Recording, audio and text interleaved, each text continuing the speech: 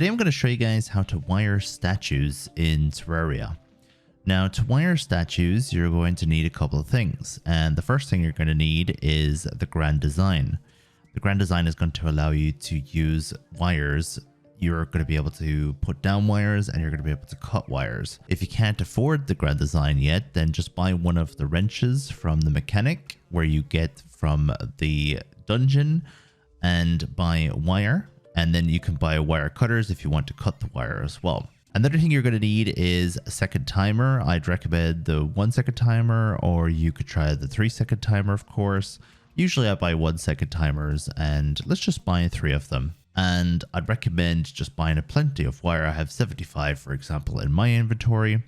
And we're going to go and wire some statues right now. So some statues are useful when it comes to wires. Some statues are not very useful.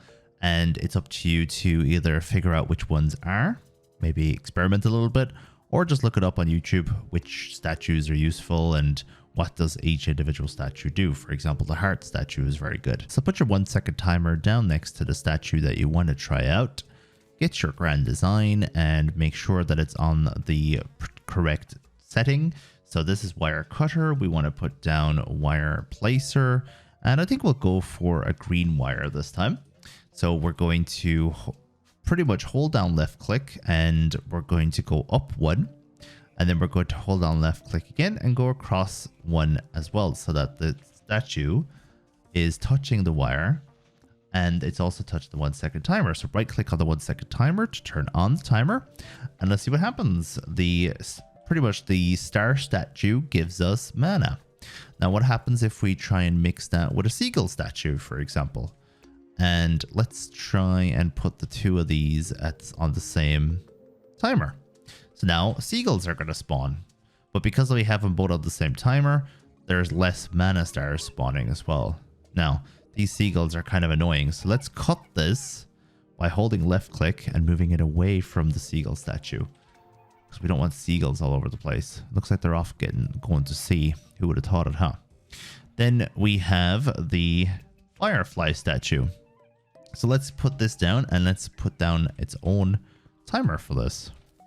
If you cut the wire and they're not connected anymore, as you can see here, just go back to placing the wire and hold left click and go down. Just like this. So now we have the mana stars again.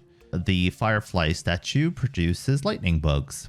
Now be careful when it comes to most critter based statues. If you try and capture them, they're just going to turn to dust. So most critters you can't pick up when you spawn them. Do some experimenting for yourself. See if you can pick up, for example, bunnies for the bunny statue. I mean, I know you can't, but what I'm trying to say is just experiment and have fun with these items, because maybe you'll find something new that a lot of other Terraria players don't know about. So this is an example of a slime farm. And a slime farm is where you start to take statues and wiring statues to a different level. So what I'm going to do is I'm going to turn on this timer here, and slimes are going to spawn, and they're going to spawn pretty much straight into lava. So they're going to die. As soon as they die, new ones are going to spawn. And these guys are going to give me a chance of getting the slime staff, which is a very rare item. And you can also get gel from this as well. So this is a great way to make gel. And this is also a great way to get the slime staff. So you can't get money from this, unfortunately, but you can use a summon to make it a little bit faster as well. One thing to bear in mind when it comes to statues and spawning enemies and spawning familiars with statues is that there's a drop limit to the game. So if you are using a heart statue, for example, and you've already reached the limit of hearts that can pretty much be on the ground, then you're only going to get 1 or 2 hearts instead of like 10 or 11. Best way to negate that is to save and exit your game before turning on the heart statue, and then the heart statue will produce extra hearts. Same with the mana stars.